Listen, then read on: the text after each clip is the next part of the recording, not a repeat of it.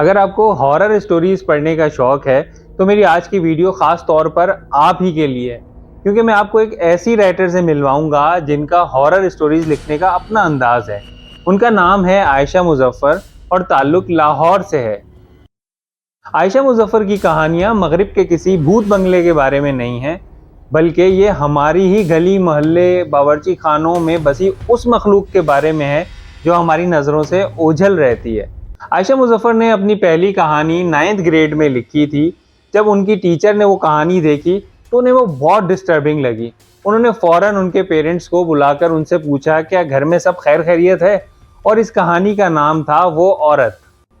बकौल आयशा मुजफ्फर जब वो किसी काम से बाहर जाती हैं और वापस घर आती हैं तो उस दौरान उनके जहन में एक नई कहानी ने जन्म ले लिया होता है।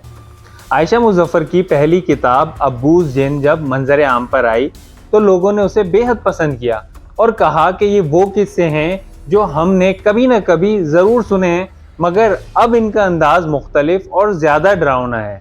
इसके बाद उन्होंने एक और किताब लिखी जिसका नाम था Jinnistan, scary stories to tell over chai. अगर इस किताब की मैं बात करूं तो किताब का टाइटल कंटेंट के लिहाज से बिल्कुल फिट है, यानी एक ऐसी किताब जो चाय के हर सिप के साथ आपके जिस्म में खौफ की लहर दौड़ा दे। ये किताब आम खौफनाक कहानी किस्सों जैसी नहीं है, ये हमारे कल्चर, हमारी बोली और हमारे लोक किस्सों से जन्म लेती है।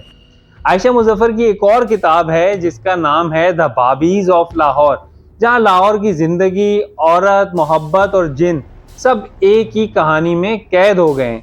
अभी 2025 में उनकी एक नई किताब भी आई है जिसका नाम है the haunting of doctor Rahimuddin Shamsi and other unsettling stories. Ayesha Muzaffar फिल्मी दुनिया में भी कदम रख चुकी हैं।